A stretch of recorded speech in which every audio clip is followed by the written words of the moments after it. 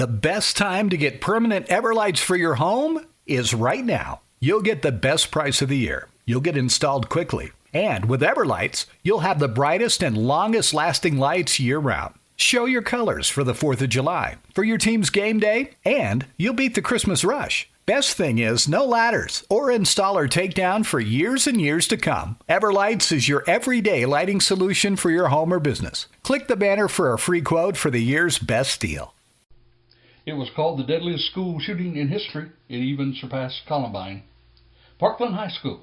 Today, we're going to look at the red flags that were missed and how that shooting may have been stopped. This and more on today's Charlie Crimebuster Crime Talk.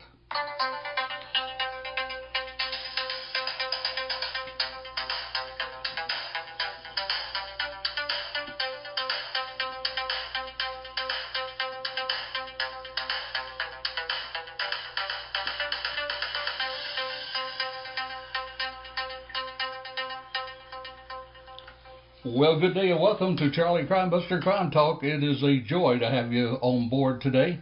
Hey, something out there is happening, and I got to tell you, it's good. Yes, seriously, finally, a step toward progress in decreasing and maybe even eliminating the threat of mass shootings in some instances. It has accelerated past the politics, past the divide in our country, appealing to the gun control crowd and those who live by the Second Amendment.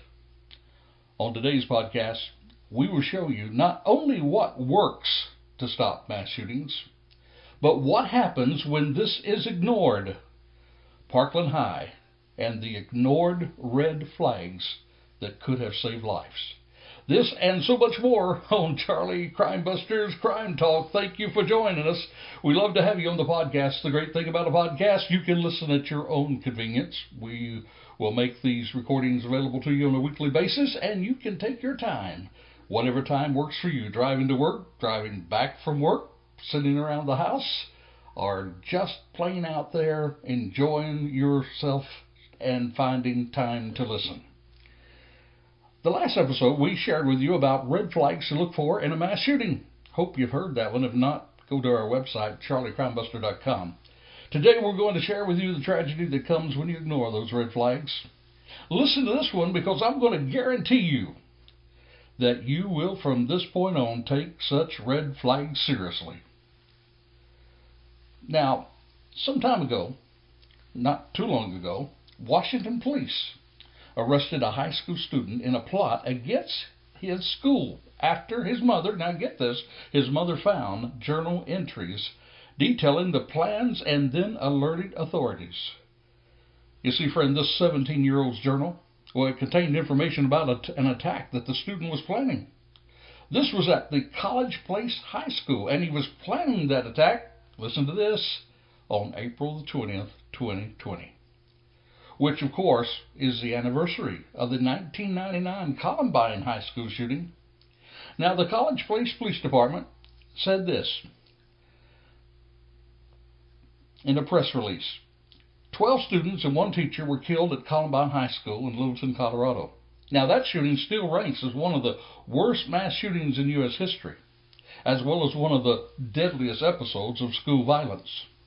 The officers there at the College Place Police took the student in custody without incident. Now, they got him after he returned home from school. He was booked in the Walla Walla Juvenile Justice Center for felony harassment and threats to bomb or injure property.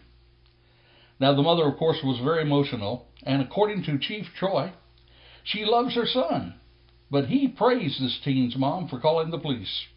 You see, this was not an easy thing to do, but it was the right thing to do. The mother wanted to prevent others from being hurt, and she wants her son to get the help that he needs. Now, if you think this is overkill, you think this mom overreacted, well, please stay tuned, because you will hear what happens when red flags are ignored. But first, something from our home county, right here in Volusia County, Florida. It actually happened 5 years ago. Some of you will remember it. You'll recall there was a woman who decided to drive her van into the ocean here at this beautiful, beautiful beach town. Only thing, she had her children with her. Well, during a hearing this past Thursday, Judge Raw Zambrando allowed Wilkerson to leave Florida on a conditioned release. That's what the News Journal reported. See, she's been in what is called transitional housing in Daytona Beach since 2017. Wilkerson was the lady who drove her minivan into the Atlantic Ocean on March 2014 with her 3 children, then aged 3, 9, and 10 inside. And Wilkerson, was 28 weeks pregnant at the time. She later gave birth to a healthy baby. Now, the children, thank God, were not seriously injured in the incident. They were rescued by beach officials and onlookers. And in May 2018, the judge denied Wilkerson's request to have unsupervised visits with her children and her husband. Now, Wilkerson has previously said that her husband was abusive and she was trying to get away from him, which was one of the reasons her request for an unsupervised visit with him was denied. Wilkerson said, "I've never tried to harm my kids, never tried to hurt myself. I just had a breakdown. Just a breakdown when I was following things and ended up on a beach that was a drive-on beach." Well, she's going to be released, and as part of her release, she must continue to see a mental health counselor. She has to take her meds, and she has to be supervised whenever, anytime she's alone with her children. Now, that's according to the conditional release plan that News 6 found. And the family will also participate in family therapy in South Carolina, according to that plan. And, get this, at any time Wilkerson is found to be presenting an immediate threat to herself or others, she will be transferred right back here to the Volusia County Jail. Well, folks, there is mental problems out there, no doubt about it, and we're seeing that often in these things that are happening almost on a daily basis. But there's mental, and then there's just plain dumb, isn't there? And that brings us to our Crazy Crook Story. We always try to share with you a Crazy Crook Story. Sometimes it'll make you smile, sometimes it'll make you chuckle. I hope oftentimes it'll make you think. Because on every Crazy Crook Story we share, we try to share with you a crime tip. Something that you can take from it that not only you will enjoy, but something that might protect you, your property, or your loved ones. This one comes from Gladstone, Oregon. I'm glad we finally got one that's not from Florida. A would-be bike theft. That's what happened in Gladstone, Oregon. He tried to nab himself a new ride. Yep. The only problem is he tried to nab that new ride right in front of the police department. You see, the man, who was later identified as Adam, he was armed with bolt cutters, and he was trying to take the bike lock up next to a window that was clearly identifying it as a police station. He was also doing it in front of a camera by the main entrance, as 2 police officers were inside and watching the whole thing.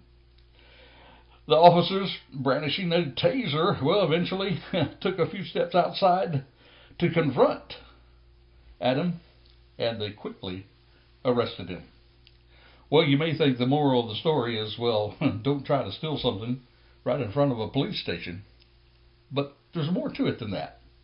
Last week we told you about a man in our cybercrime time that went on Craigslist and attempted to buy a vehicle. Only when he got there, he was assaulted, and they stole $2,000 from him because he met him in a place of their choosing.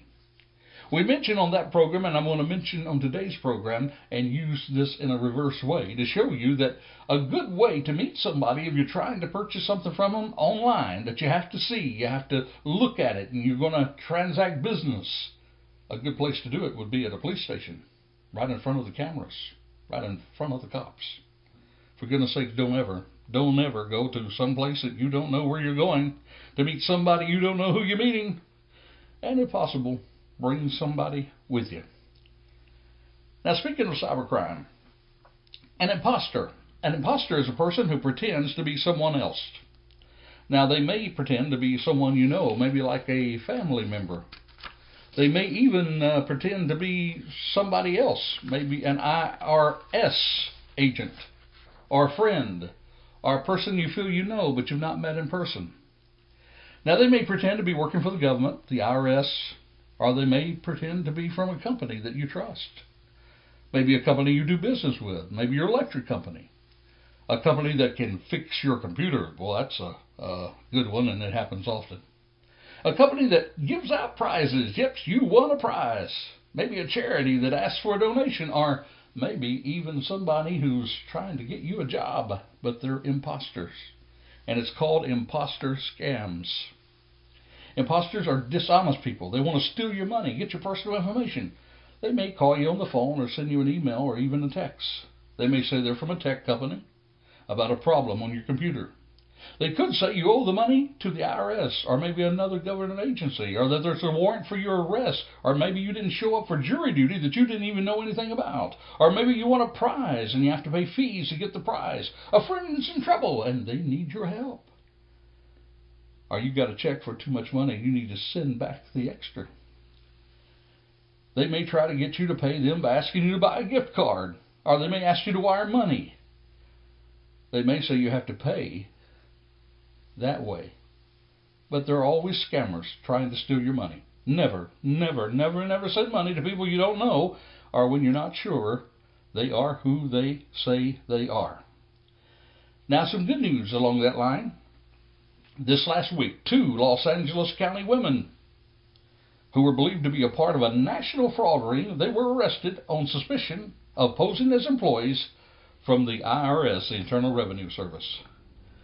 They were involved in a phone scam that may have taken several victims and taken them for this. Now get this, you don't think this is serious? You don't think they make good money doing this? Or they make good money in a bad way doing this? According to this particular report, they had taken from the victims over $900,000. $900,000. A Fontana man, he received a call on September the 4th from a person who identified himself as an IRS employee, and they threatened to arrest the victim if he didn't pay the caller $2,200 in Target gift cards. Well, the victim, he complied. He provided the gift cards to the caller. Then he later reported the incident to the Fontana Police Department. Detectives there traced those gift cards back to a Target store there in the Los Angeles area.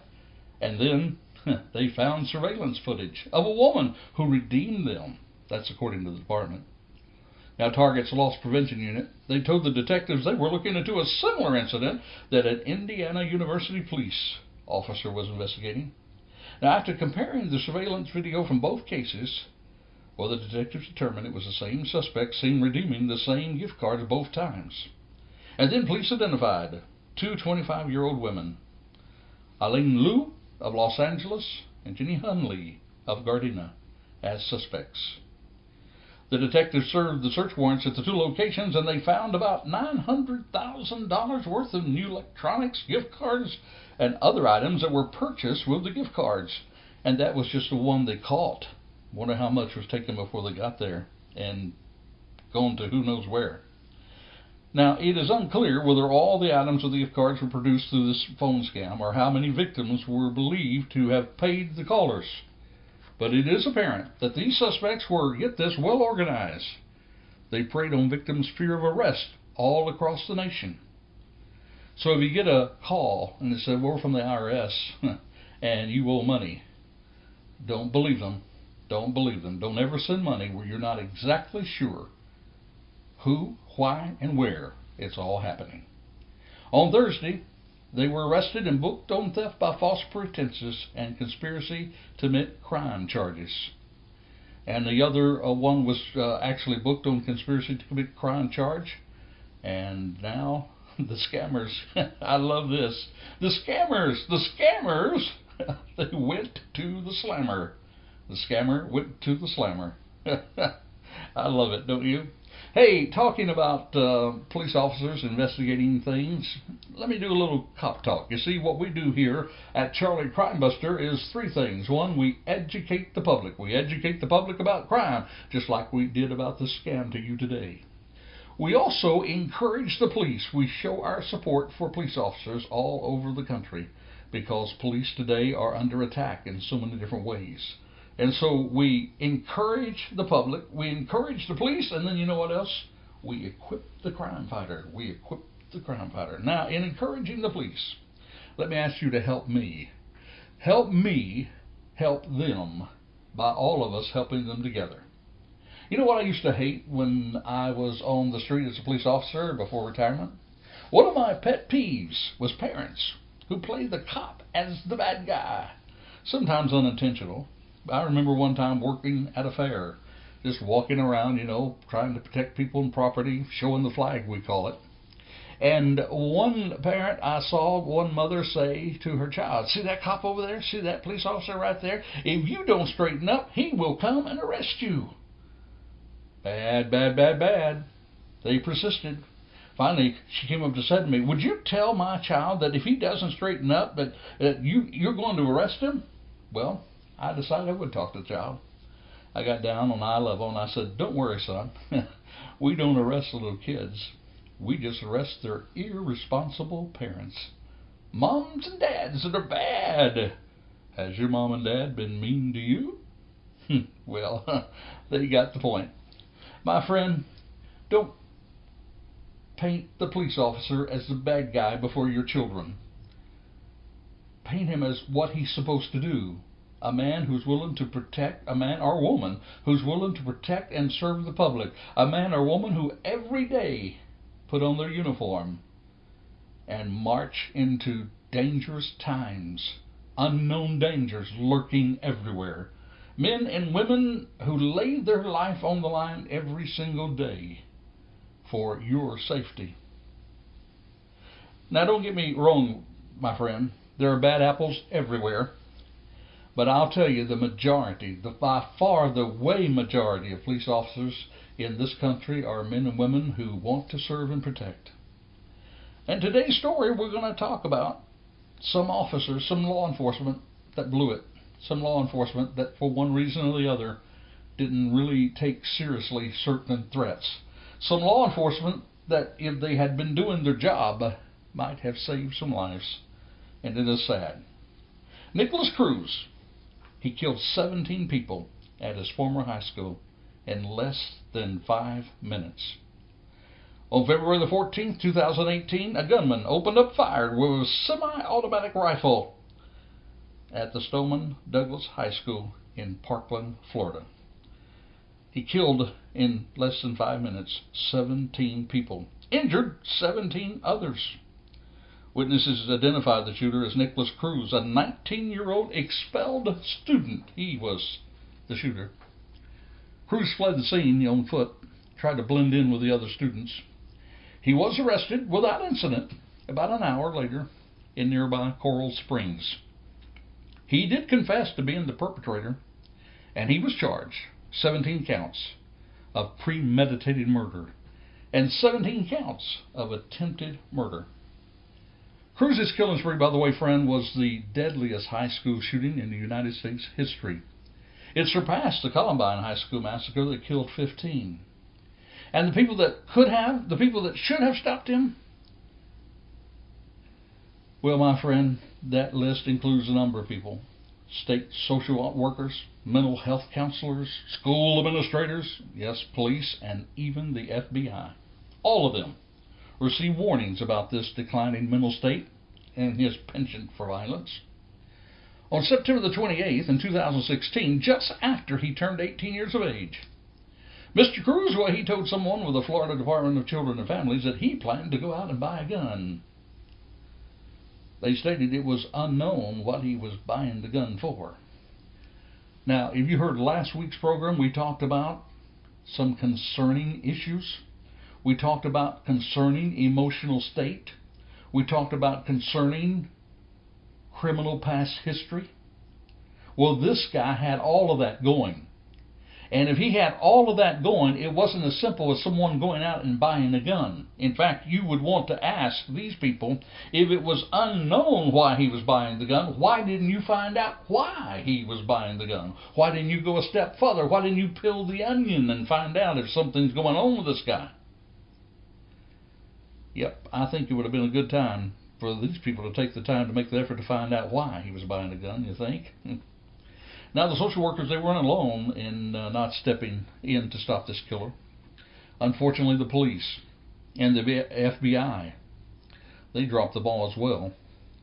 The police were there at this guy's house not once, not twice, but dozens of times.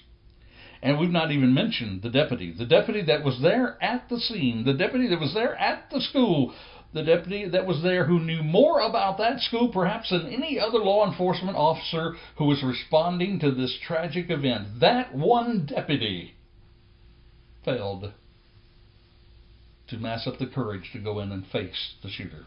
He failed to respond. And the FBI, even the FBI, they received a tip from a place called Sunrise Tactical Supply, who ran a check on him. And the check stated, no record of mental health history or behavior, bad behavior at school. No record because it wasn't reported. No record because it wasn't followed up on. No record because they did not use that opportunity to get him mental health.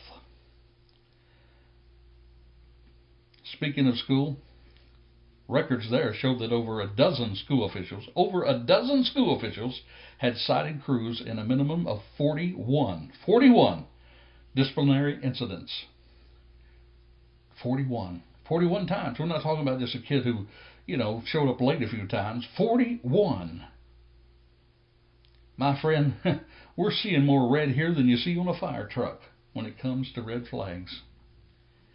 Now, even though officials either ignored or they were too busy or they just did not have the know-how with all to intervene, at least one person close by was moved enough to protect his own home from this dangerous young man. You see, according to reports, Nicholas Cruz threatened classmates. He posted photos of himself holding guns, made violent statements online, and was repeatedly described to authorities as a potential school shooter. His troubling behavior gave law enforcement plenty of opportunities to investigate and to arrest him, even to take away his guns long before he shot up the high school. That's according to interviews with former South Florida prosecutors and legal experts.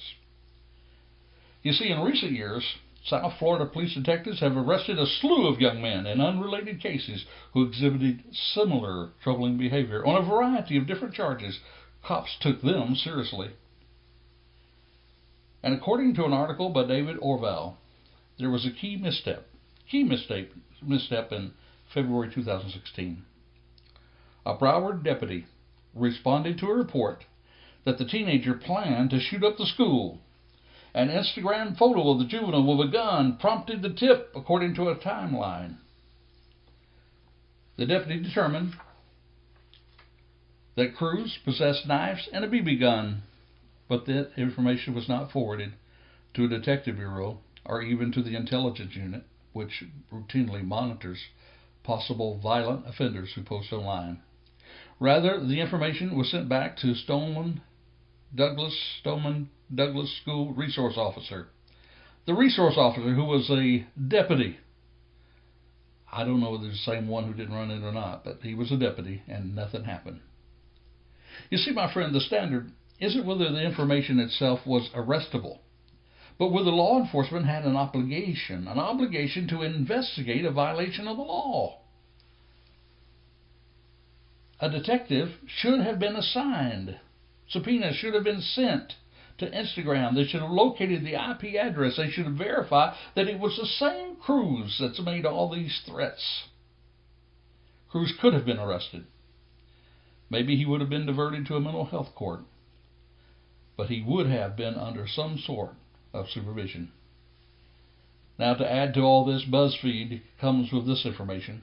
You see, at Cruz's former high school, authorities there even missed another opportunity to rein in this increasingly unstable young man. It was back in 2016. The officials there were told that Cruz was violent, repeatedly threatening several classmates. This is according to a report in BuzzFeed News. Shortly after Cruz and his girlfriend broke up, he began sending messages to her friends on Instagram, blaming them for his romantic woes and threatening to kill them. I'm going to get you and I'm going to kill you because you took this person away from me. I'm going to kill your family. That's what he said to Dana Craig, a one-time friend in messages described to BuzzFeed. According to BuzzFeed, she reported that incident in writing to school security. She reported it to them. Then Cruz's ex began dating another student. And Cruz threatened that student on several occasions in 2016, 2017. He called him racial slurs he used in talking to him. He said to him, quote, "I have guns. I will kill you," as well as sending a photo of at least 6 weapons laid out on his bed. Now, this guy also reported Cruz's threats to school. That's according to BuzzFeed. Cruz's threats to the teens could constitute aggravated cyberstalking, a felony. That's a felony, according to the Miami-Dade prosecutor, or former Miami-Dade prosecutor. They could also violate state law against issuing written threats to kill. You have no right to go up to say to somebody, "I'm going to kill you." There's a Miami defense attorney. He agreed. He said that the lack of investigation into what was clearly a crime was troubling. You see, if law enforcement saw the messages, could identify the person who was sending them, then the ball got dropped. The ball got dropped when the investigation didn't go any farther. That's what De La Fera said, who's handled high-profile cases of people who've been accused of posting violent material online. And more important, being charged with aggravated cyberstalking. That could have prevented Cruz from possessing the weapon that he used to kill 17 people. You see, the law was already there. It would have already stopped him from getting that weapon. You know, it's interesting to me in all of this that of all those around that lived close to him, they certainly took him seriously. You see, one of the many neighbors that complained to the police, who believed that Cruz had attempted to poison his own dog on 3 occasions, and that he also put a brick through this man's window, he called the police. He told them all about that, only to be told that the police said they could not do anything at the time.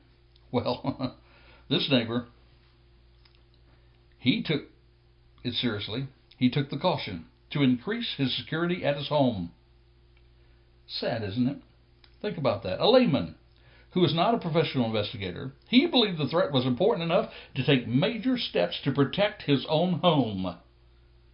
If only officials, those who were trained to pick up these red flags, would have taken the same similar steps to protect a school, to protect others from this terrible tragedy. Well, folks, thank God, things are happening now. People are taking red flags seriously. If you don't know what those are, listen to our last podcast, Red Flags, that will help you to identify a potential mass shooter. Go to charliecrimebuster.com, charliecrimebuster.com, and find that podcast. Listen to it. Be a part of an army of good people, an whole army of good people who want to make the difference.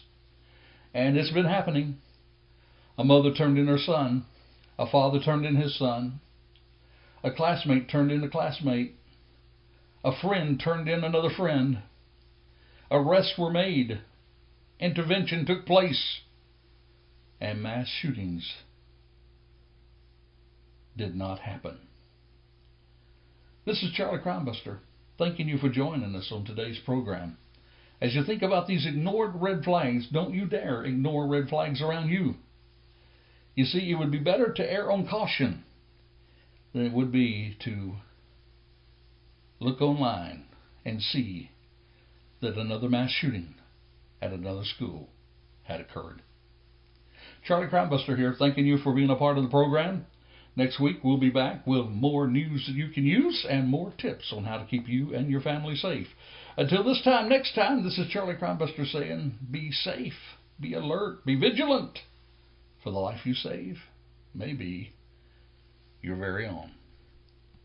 Psst. The best time to get permanent Everlights for your home is right now. You'll get the best price of the year. You'll get installed quickly. And with Everlights, you'll have the brightest and longest lasting lights year-round. Show your colors for the 4th of July, for your team's game day, and you'll beat the Christmas rush. Best thing is, no ladders or installer takedown for years and years to come. Everlights is your everyday lighting solution for your home or business. Click the banner for a free quote for the year's best deal.